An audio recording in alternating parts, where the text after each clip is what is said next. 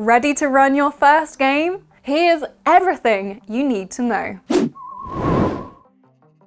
The Dungeon Master, or DM, narrates what happens and referees the game during play. If Dungeons & Dragons was a film, the players would be the main characters and the DM is everyone else. Yes, even the mouse the druid speaks to.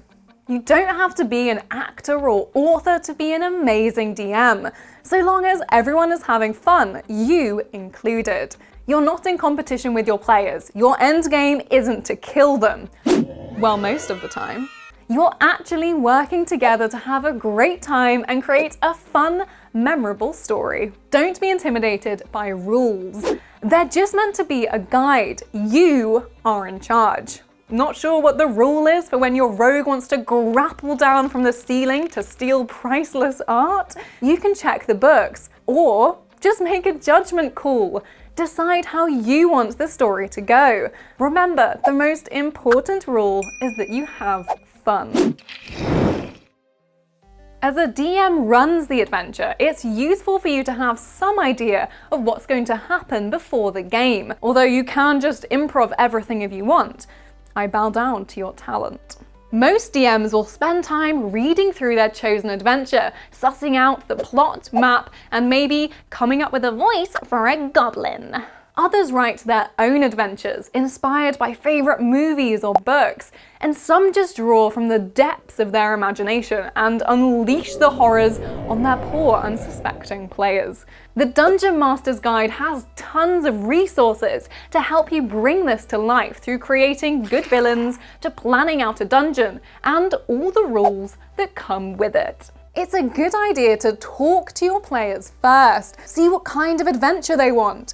Lots of fights, political intrigue, pirate fantasy. It's also a chance to see what character they're playing, so you can weave specific challenges for them into the story. As the DM, preparation gives you a chance to brush up on the rules. So when the bard asks if they can convince the bugbear to hand over the hefty sack of gold, you can tell them to make a persuasion check.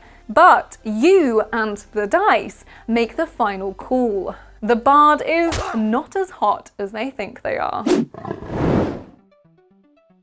After all that fun plotting and scheming, you can invite the players to sit down, hand out the snacks, and start playing. But remember, just because the druid baked you cupcakes does not mean they'll get off easy when the dragon wakes up angry. In fact, you might want to set up a DM screen to make sure players can't see what's coming, as well as have the rules you need right in front of you. Then the cycle of play is just 3 easy steps: the setup, the decision, and the result. Step 1, the setup. The DM narrates the story. You tell players where they are and what's around them. Step 2, the decision.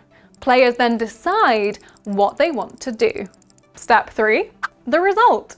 You then describe the results of their actions.